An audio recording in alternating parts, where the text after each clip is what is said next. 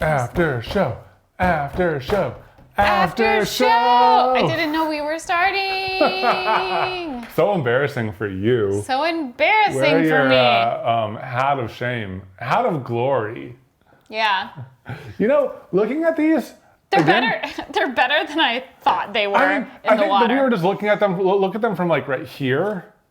Yeah, that's awful. Yeah, I think that we were just this we were just is too not close. bad. From the top, they look And wonderful. from farther away, I mean, they are baskets. You know, these are heirloom Pieces. pieces I noticed they have blue stains on them from the weights. I think the we can weights. sand those off. Yeah, we can sand it. those off. We need to sand it anyway. You know, like water makes wood grain rise. Yeah. So. And I think that we can like snip a little bit of the like hairs? fuzzies and the hairs. Yeah, and it stuff got like real that. hairy, probably because we were underwater for 3 hours.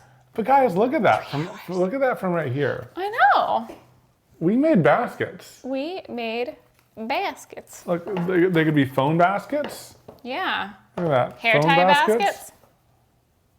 Functional. Very functional. They hold things. They do hold things. They are indeed baskets. They are indeed baskets, and I'm proud of that. It was a lot more difficult than we initially expected, though. It was so much more difficult. Like, just manipulating things, your fingers get so raw underwater. That after wasn't the such a worst long for me. period. For me, it was just like the complicated just dynamics of doing that underwater with like all of the hoses and then like The having to weights. weight things just floating off into space. Oh my God. Like we were in outer space. Like That was weird. trying to hold things down and everything. Like Yeah. your work, just imagine like you're trying to work on something and it just like always it's wants to floating float away. Yeah, your materials float away, your tools just slowly roll down the pool side. Yeah. Also, I think that was the longest we've ever done any underwater activities with these types of masks on. And while I Yeah. think these masks were better, These were better than the ones we used for the underwater stream. Yeah. But the underwater stream, we weren't underwater as long. yeah, but these still absolutely crushed my face. Yes. And I think one thing that like I didn't even really go into too much at the end, but at the end my mask had like fully, it wasn't my mask, it was the hose attaching to the mask. Because I bought some really cheap hoses. I'm like, we're only gonna do this one time maybe, so I'll just get some cheap hoses. I got nice everything else, but I cheaped out on the hoses, and the hoses failed like Yeah. 2 hours and 30 minutes in. Yeah, yours did. I'm sure And it they'll was see the just like, bubbles it was leaking. just spewing out and everything. I'm like, it's fine. I'm just gonna finish Everything's this off fine. and everything's fine. Ah. Yeah, and like this, I was unexpectedly sore from all the weights and stuff. Now, I do think it was more comfortable than wearing a full tank, which is what we did during our underwater stream. We had like a full scuba tank on and like the vest and everything.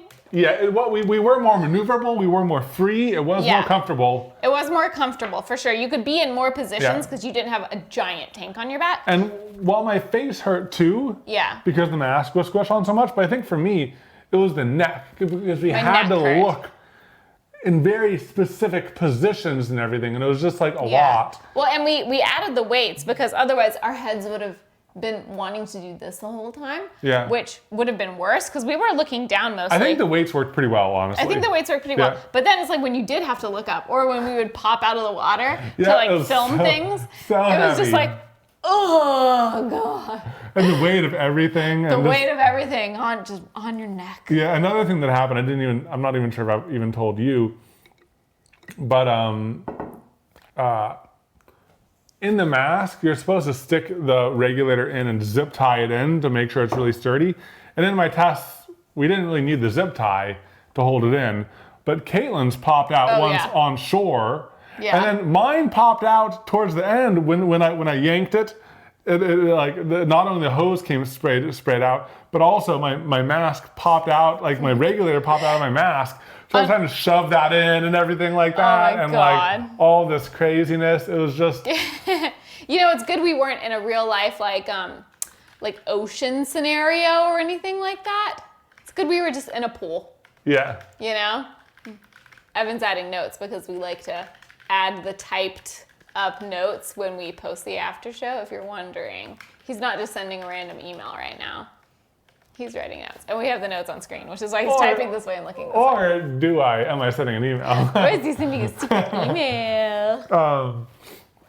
I think I like how our after shows are sometimes just like, hey guys, we need to vent about all the difficulties of this project. Thank you for being here. Thank you for being also here. want to I also just like having this documented somewhere. You know what I mean? Like, me too. Heck, I might even look back at this one day and like. Maybe next time we consider doing an underwater project, we should look back at this after show and decide, do we really want to do an underwater project? It's not a bad idea. It's not a bad idea. It was, I'll say this though, not to be all negative, it was cool. It was cool. And honestly, I had a lot of fun during the test scenes when we were just figuring things out. And I had a lot of fun at the beginning of this. At the beginning of this. I think it's just like... It just went too long. Yeah, it just went too long and it started getting really difficult. I think we just if we're ever doing things underwater, it just needs to be 30 minutes. Yeah. 30 Definitely minutes under is an hour. Yeah. And I say 30 minutes, which will mean that it'll take an hour. Yeah. I agree. I think that's key. It's just it's just really wearing to be underwater and wearing that gear and being all pruny for 3 hours. And I have an extreme aversion to pruniness. Yeah. Both of our families tease me because if we're hanging out in water, I'm like this with my hands above the water. It's a big thing for you. It is. Well, I hate the way it feels. I think it's also it just accelerates the wear on your hands too. You know what I mean? It would make me want to get out of the water faster because I hate the feeling of my fingers being pruny, and I especially hate touching things with pruny fingers. Yeah. Which I had to do a lot of. And at the end, you did so good tightening your weave. Yeah, on this, look at that side right there. I know. Yeah. I could have gone even further. I mean. Your weave looks so good, and I considered it. I tried it, but my fingers were just I cannot touch this any longer. And I just zoned out for 15 minutes at the end there while you finished your basket. Well, just contemplating, should I fix this? Is it fine? I think the only reason why I was able to get through it and everything like that is because I swam for years and years and years. That's true. And for me, it wasn't unusual to be in the water for 3 hours. A 3-hour in the pool experience, I've done that before. Yeah. You know? I mean, but it is different though. I've spent 3 hours at the pool. I've spent 3 hours in the pool. Because I've spent no. I've spent 3 hours in the pool, but that's not continuously underwater. Yeah, no, but for me, sometimes swim practice, on intense days, it would be 3 hours of swimming in the pool. Okay, that is a lot. It's a lot. Most of the time it was an hour and a half, maybe 2 hours, maybe 2.5 hours. Of the actual swimming? Yeah, of the actual swimming. That is a lot. Yeah, it's a lot. You probably were trained up. Yeah, and also when I was abroad in hot weather, in Dubai and stuff, while my dad was working there, when it's so hot out, what's the only thing you can do outside? Pool. Be in a pool. Yeah. So I think that I just grew up around pool stuff so much. I mean, I'm an odd exception. I also did grow up around pool and lake stuff. Yeah. I spent a lot of times in lakes, and we've always lived hot places. Yeah. But I guess what I was saying is just being at the pool, but not being underwater continuously is different. But with your swimming, you were underwater a lot because you're underwater when you swim. Yeah. So that makes sense.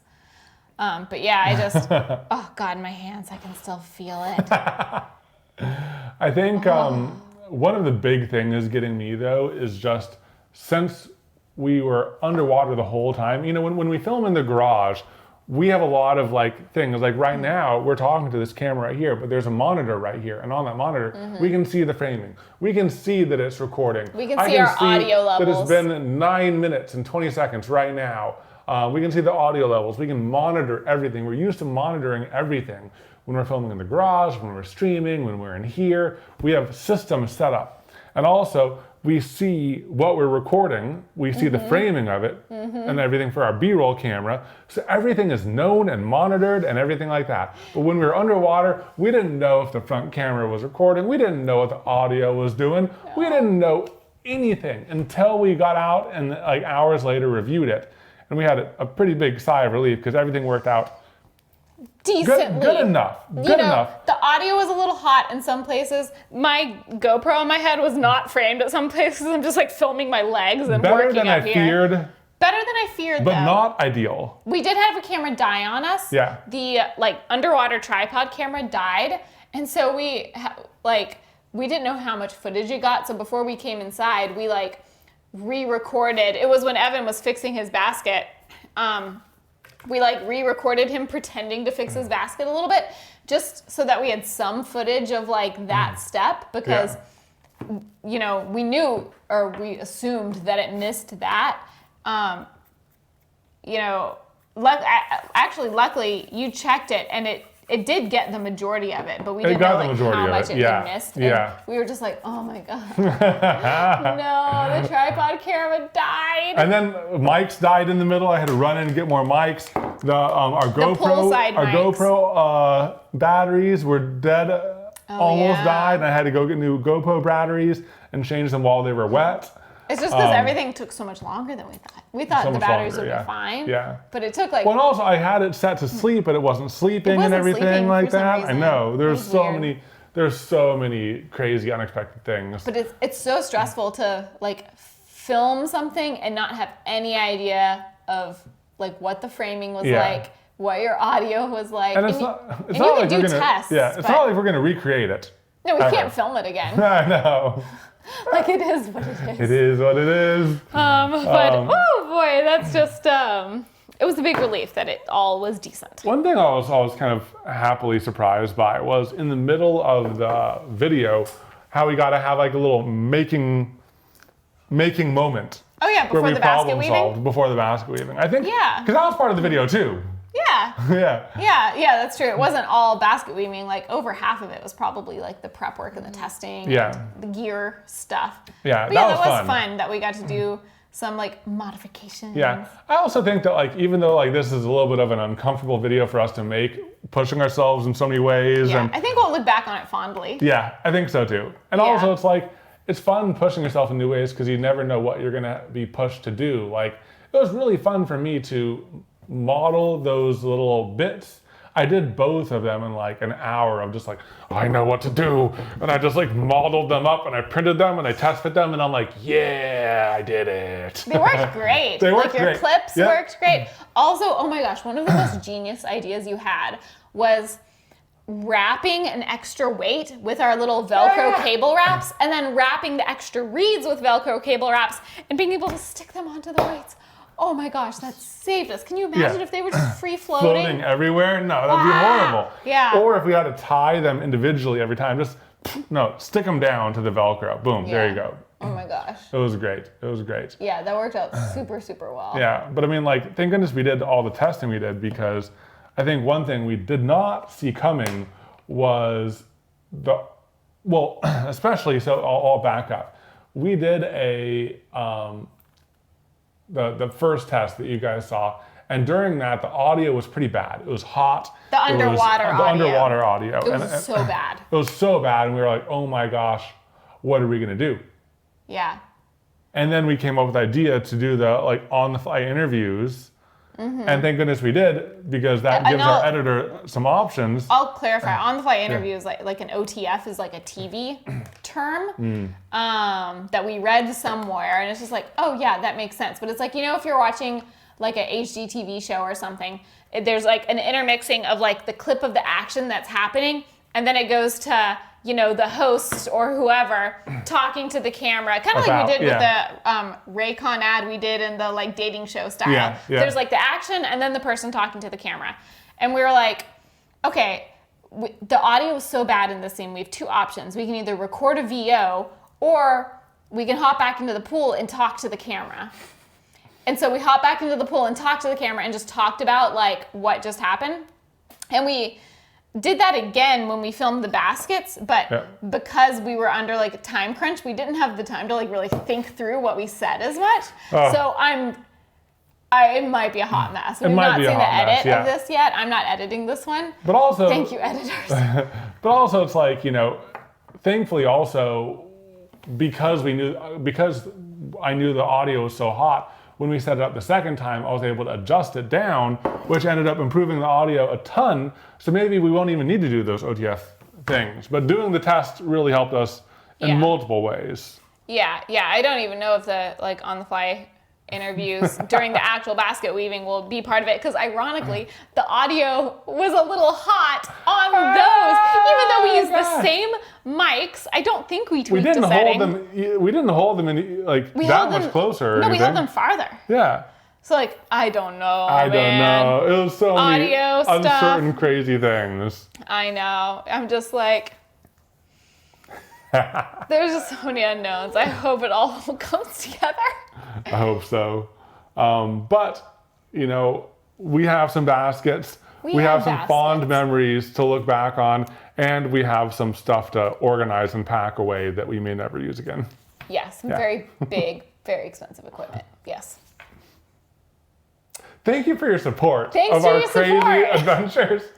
You know, it's nice knowing that you guys have our backs. And sometimes I just get possessed and I need to do an idea. And thank you for supporting me. Thank you guys for supporting me. And we'll look forward to seeing you in the next video. Bye. Guys.